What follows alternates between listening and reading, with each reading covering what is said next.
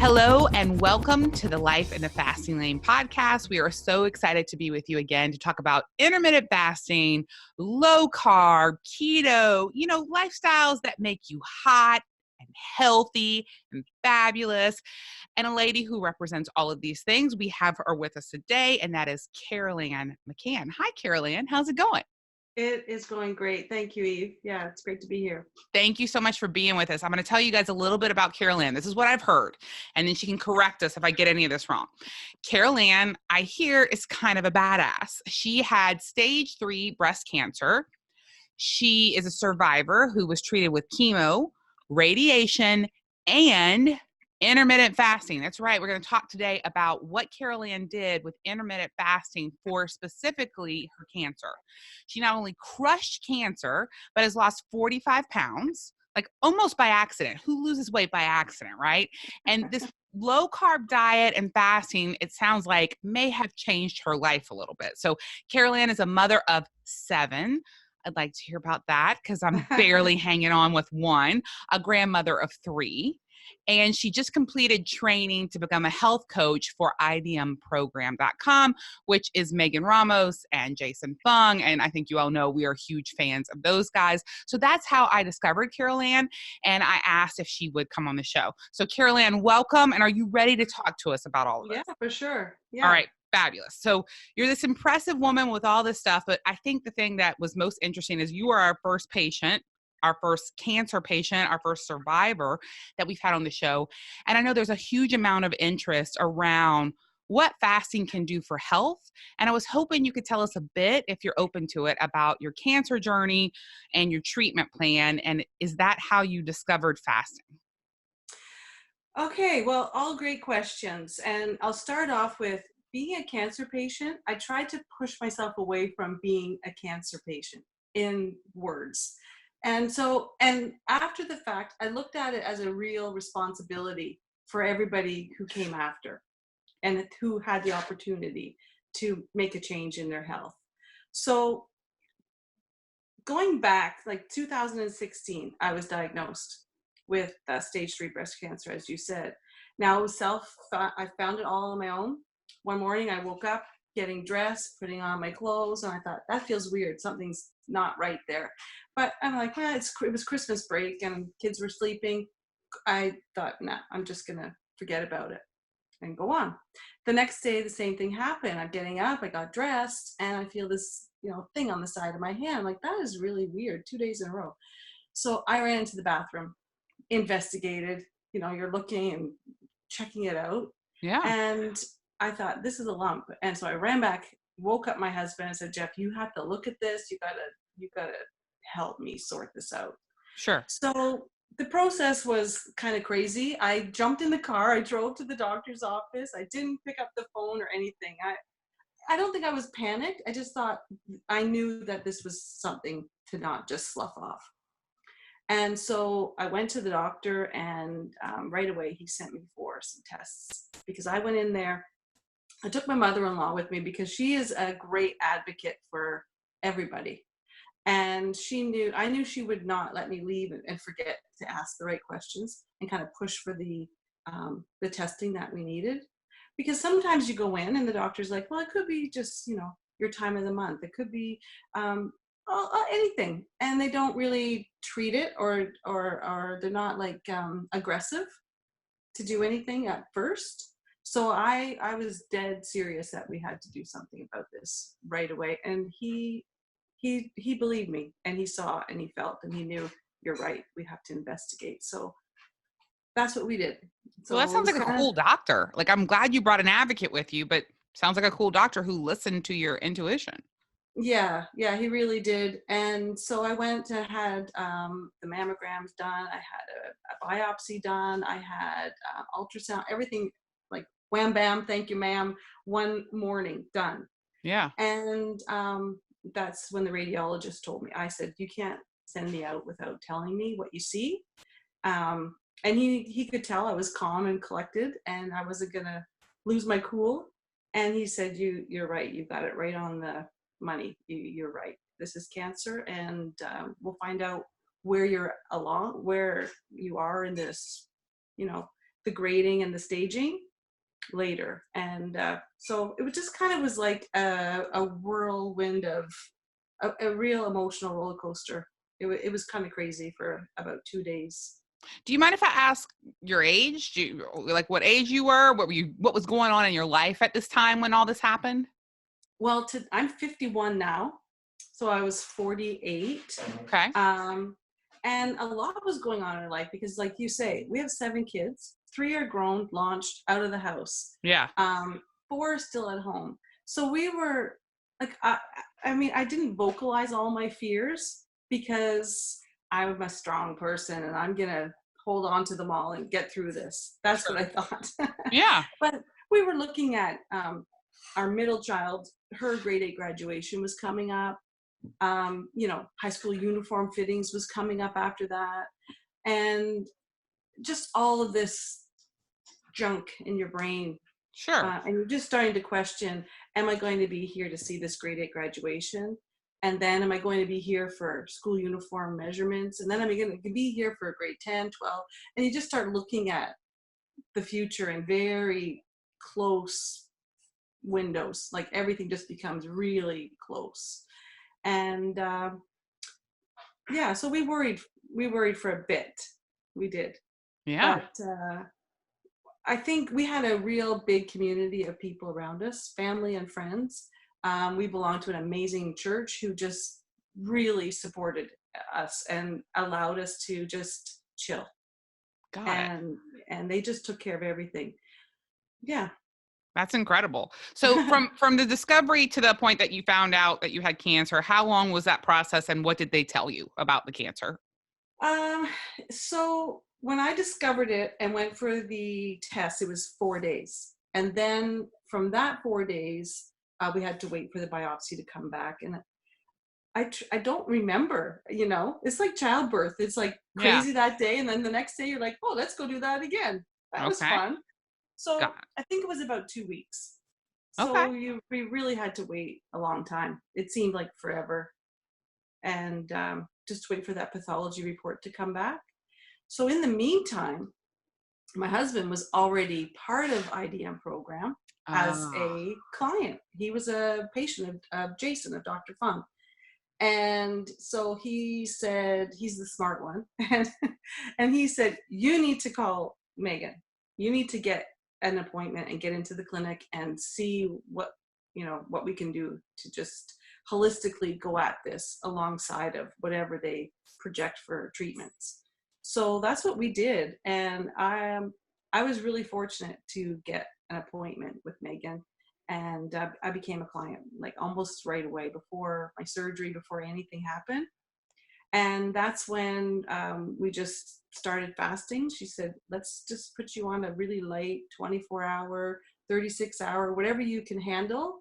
And then we'll go from there. I like that. So Carolann's talking about Megan Ramos. She's been on this podcast a lot. Dr. Jason Fung also been on this podcast. They have idmprogram.com. And so Carolann's husband was already with them.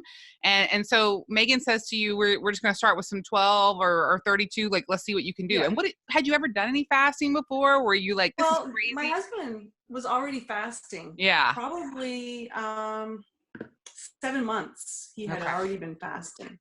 Maybe 8 months. And he had dropped 80 pounds. That's his own story. You should talk to him one day. Yeah. But he lost 80 pounds. And just to be clear for the show, he didn't fast for a solid 8 months. He was doing intermittent fasting during that period, right? He's a champ. He's an extended faster. He's a 5 to 6 day faster. 5 to 6 day faster. Just every once in a while, when somebody will say, she fasted for 8 months, they'll be like, she didn't eat food for 8 months. No, he was doing intermittent fasting. Okay, got it. So you had seen what it could do for weight loss. And what was so the doctors came back and they said, we're going to do chemo and radiation. And surgery. I had lots of different surgeries. Yeah.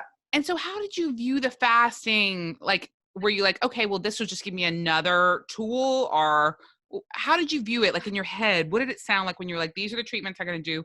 How did you encapsulate fasting? What did that mean for you, for the cancer?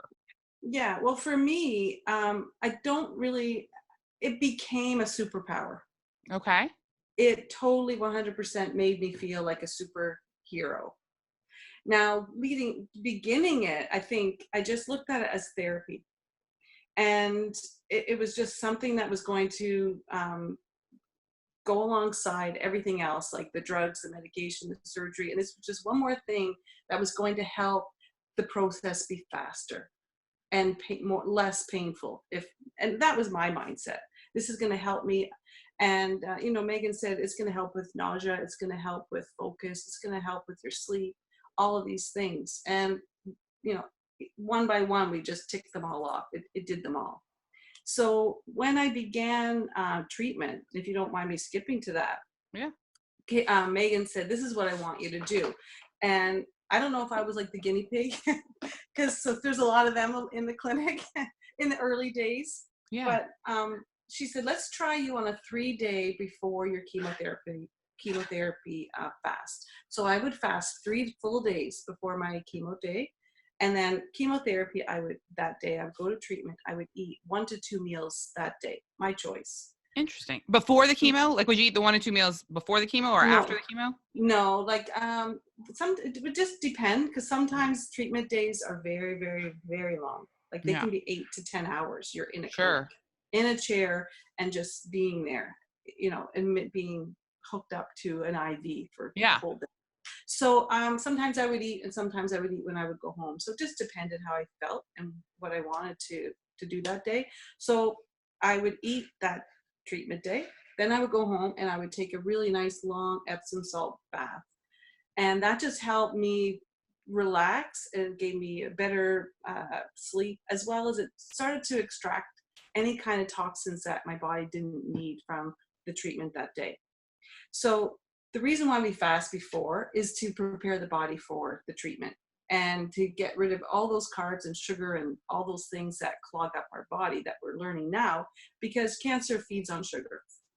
If you don't have an excess sugar, you don't have a cancer issue. If you have excess sugar, you're going to develop a metabolic issue, which is going to spin into a cancerous issue. So providing that like open freeway of fasting allowed the chemotherapy to target what it needed to. And then the next day following treatment, I would fast again, 1 to 2 days, again, depending how I felt. And then I was on a 2-week program, so I would go another 9 days and just stick to a really low carb, high fat diet. And it really worked. It gave me an incredible amount of control. And as a cancer patient, if you've been in a treatment center or with a friend or family member, the power is taken from the patient, because there's so many people working for you for your good, but they're making all those decisions and you're like left on the sideline to just cooperate and do it. So by taking control of what I ate and what I didn't eat, really made me feel in control when everything was out of control. Yeah, I have not. My grandmother had breast cancer, but when I was very young, or perhaps before I was born, I'm not sure. She was a survivor and amazing. And so I've known some people, but I've never been in those situations or seen it. So that's interesting. And I don't know, like I have tried to imagine having cancer and using fasting. And I am curious, maybe this is a tough question to ask, but I know for me and I think for a lot of people, sometimes if I feel bad or scared or sad, I really want to eat sugar. I really want to eat bread. I really want to take my frustration, fear, anger out and shove it into my body. Now that's something that I would have done a lot more before I learned about low carb and its effects on the body and intermittent fasting, and have, lost 45 pounds and, all those things. But I'm curious to know, maybe like, let me ask you like this. Have you always been mentally well adjusted when it comes to food? Because I certainly have not. This is very new. No. So I wonder if I was faced with cancer or a scary disease, if I would have the gumption to not just like feel bad for myself and want to try and shove those feelings down with food. Is that something that people do? Because like that's what I think I might do. Even with this knowledge, is there Is there like, damn, I have cancer. Can't I just eat some cake? Like, I mean, isn't there like some feelings of self-pity or anger that you're just like, are you kidding me? I have cancer and I need to not eat? Like, is this making any I sense? know. Well, I don't know, but I was a Mm, carbohydrate addict. I was mm-hmm. carbs all the way, Yeah. 100%. Sugar addicted, carb junkie. I like with 7 kids in our house. Can you imagine the No, I birthday cake? can't. Okay. Actually, And I to really bring it can't. even crazier, we have 6 birthdays in 4 days, consecutive days in our house in April. Hmm. So it got to be that like you can't share birthday cake around, right? Everyone Right. has to have their own cake. Yeah. And just to add more craziness, we have 2 sets of twins. And their Gosh. birthdays fall one day after the next. Okay. That's What? crazy. Yeah. So we have all these birthdays, and it would get so crazy that the youngest, who are now 13, they would wake up in the morning because we were like birthdaying every day. Whose birthday is it today, Mom? Like, I'm That's like, hilarious. well, it's nobody's birthday. It's Yeah. a day So off. you were But a tomorrow, carbaholic. You were a totally, carbaholic. And yeah. so you get cancer and your attitude is like, you never were like, well, damn, I'm just going to eat some cake. Like, why? Tell me how you were that strong. I want to I understand. I came to the realization that I had so much sugar in my body that I was responsible to get rid of it. Got it. And it was terrifying to think that I had that kind of control. Okay. I could either go one way or the other. I could give into it and feed it and turn it into a complete monster, and it would destroy me. And my husband says I'm stubborn. Oh, I I like that. say I'm focused. I'm focused. I like your spin. I'm going to try that. And so I don't want to be trite or think, people think that, oh, she's got it all together. I did not have it all together. But the day I discovered, okay, I'm going for a CAT scan and an MRI, and they literally gave me a liter of, I don't even know, like sugar drink. Drink this, and then we're going to throw you in the vault, and then we're going to go searching for cancer. Yeah. That was the big aha. Got it. I cannot eat it. I just can't. Yeah. So I had to find a better way. And the intermittent fasting was the key, the door. Okay, so you're doing this fasting specifically to heal your body. So you're looking for autophagy. Autophagy is the renewal of cells, your body healing itself, focusing on other areas and cell renewal than just focusing on digestion. So like a lot of times we hear some really tight regulations around fasting for autophagy, like don't use toothpaste because if you swallow it, that's going to affect insulin levels. Like, did you do those or was that too extreme? I brush my teeth with toothpaste. Now, You did? I don't endorse Tom's of Maine, but I use Tom's of Maine. Okay. It's a pretty, safe Sure. toothpaste. But again, you have to look at it. Everything is individualized to the patient. Mhm. So whatever therapies you need, if it was toothpaste you can't have, then don't have it. But that was, it was not a game changer to brush my teeth. But an interesting thing happened when after Oshimi came out in 2016 and said, got the Nobel Prize for Medicine for his findings for the autophagy. Megan said, Carolann, you want to try this water fast with me? And we'll do it for 7 days. And it's not going to harm you. It's, we'll just see Sure. what the results are. So I said, sure, why not? Let's do it. So Jeff and I and Megan, we all did it for 7 days. And an incident happened where we had all gone out shopping. Not Megan, she was home, but my son and I and my husband, they were looking for fishing tackle or like fishing line, I don't know, in a Canadian Tire store, like Dick's, but it's Canadian Tire. Sure. And I could not keep up with them. I was tired. I was getting grumpy. I just felt really bad. So I thought, well, we're in the camping section. I'm going to go find a lawn chair.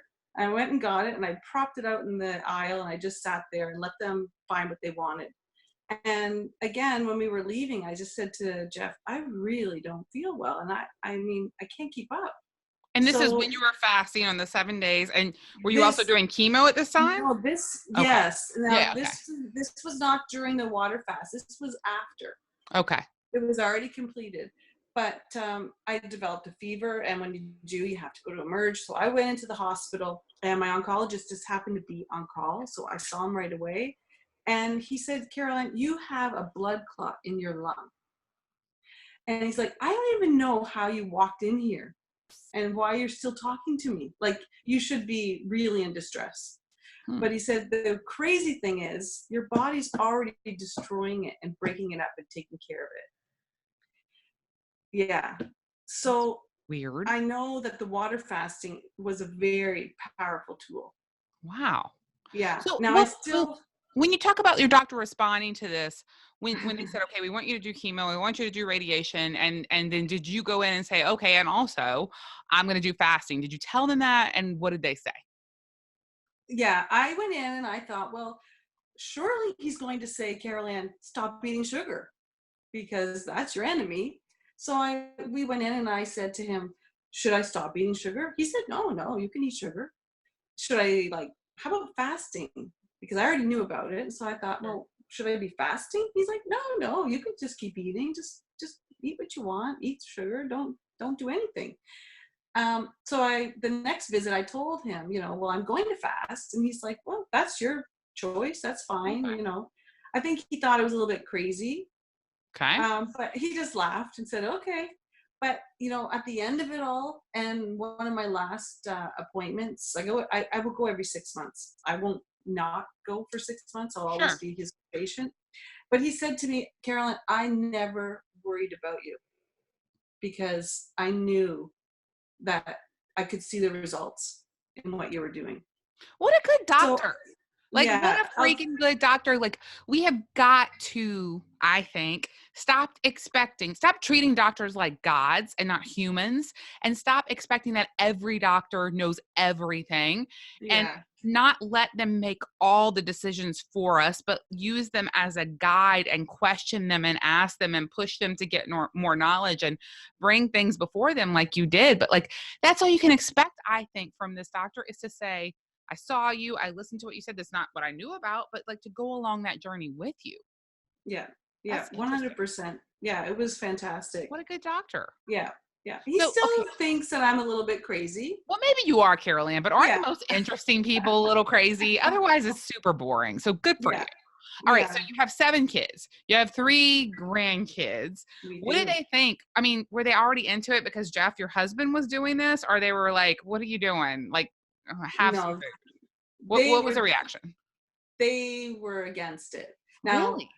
yeah, Why? they just thought we're crazy. They thought you're crazy because they were carboholics too. They Mm, loved pancakes and donuts and yeah, biscuits and muffins and bagels. sure. Um, so when Jeff started his fasting, we just started eliminating things one by one. Pop and juice was the first to go.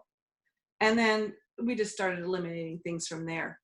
Um, Now, like, actually, we got to the point where Jeff banned pancakes in our house because if you have one daughter, but you can imagine a whole gaggle of kids. Eventually, some of them is like, go cook breakfast. You get one of them and they go cook. So Yeah, as they're young, the first thing they learn how to cook, pancakes. sure, Pancakes is easy and they're delicious and yummy, and you can put sugar on them. sure. So every other day, one of the twins, the youngers, they were making pancakes. Like, it was like a business they had on the side. Like, how many pancakes do you want? Got it. So, and they were just like, we don't fast our kids ever, but they were just ballooning to these processed food junkies. Yeah, And so we 86 the pancakes, they're gone. yeah. And but later we started just, no snacking, getting rid of bread, we got rid of pasta, everything. I just emptied the cupboards, like, Yep. right to the paper, like We the did the same bottom. thing. We've been through the same process with our Yeah. daughter, and she used to be sick all the time. and now she's just sick some of the time. Yeah. Which we see as a vast improvement.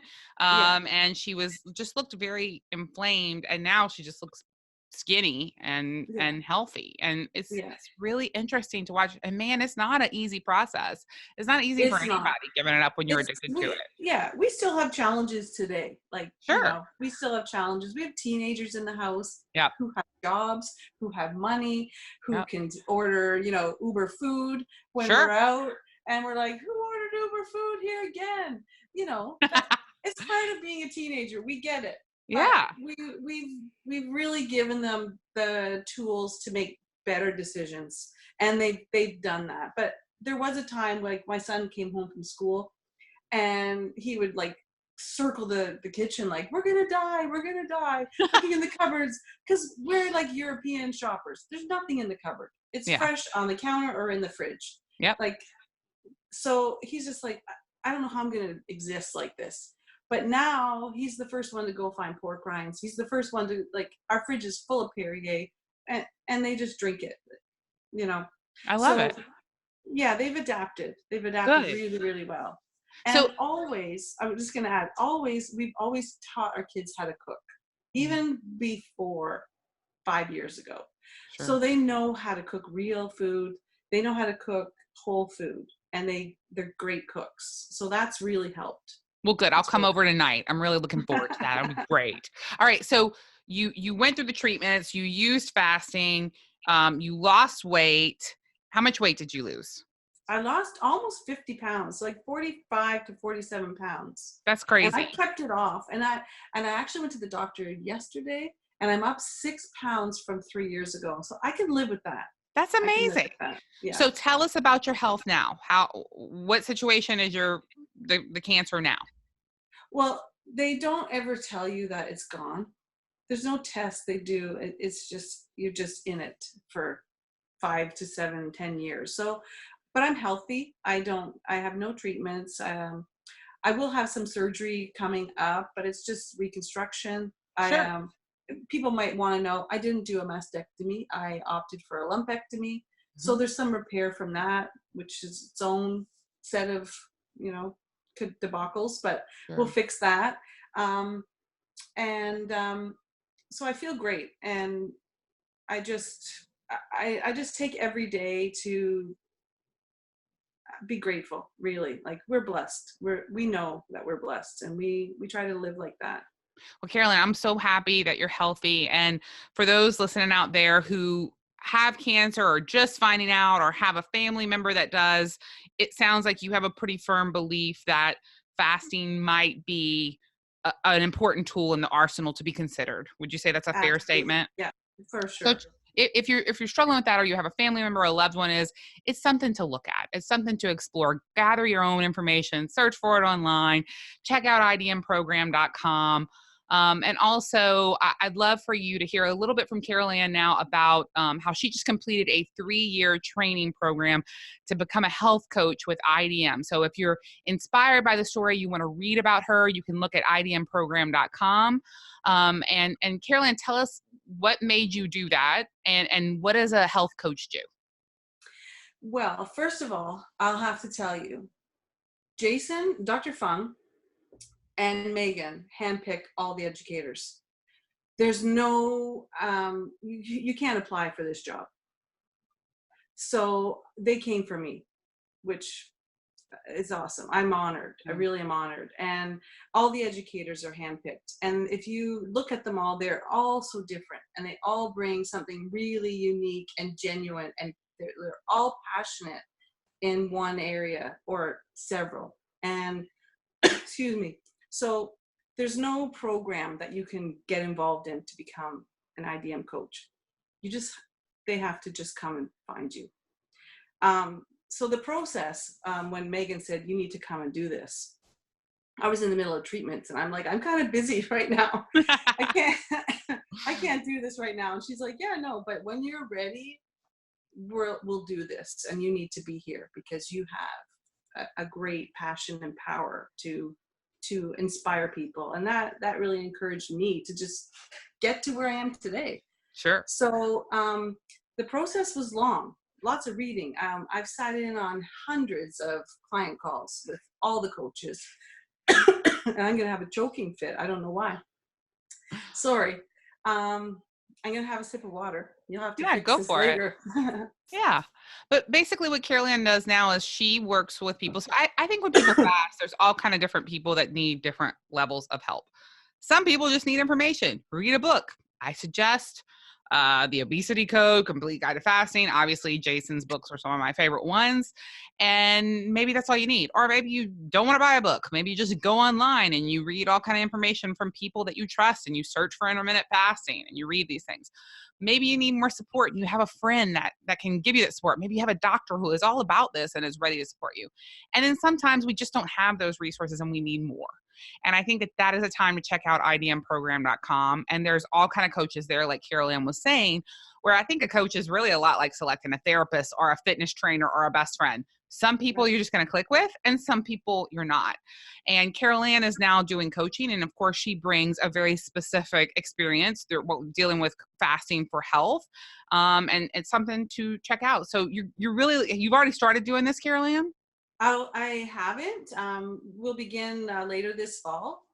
Exciting. And so it's very exciting. And also just along with the whole cancer treatment program, I'm really an advocate for family and how to keep your family healthy and out of the processed food industry and really leaning on whole foods. So that's So people with 7 kids and a absolutely. husband and 3 grandkids, or maybe if you have more than one, you might be Carolann's wheelhouse. So if you want to check out Carolann, I want you to follow her on Instagram and Facebook at IDM Carolann. That's IDM Carol, ANN.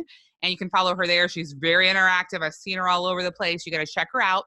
Carolann, thank you so much for being on the Life in the Fasting Lane podcast. We so appreciate it. Your story is quite inspiring. Thank you so much. Thank you. Thank you very much. You can get more tips, guys, on fasting, keto, low carb at fastinglane.com. You can find us on Instagram, Twitter at Fasting Lane. And until next time, to your health and hotness.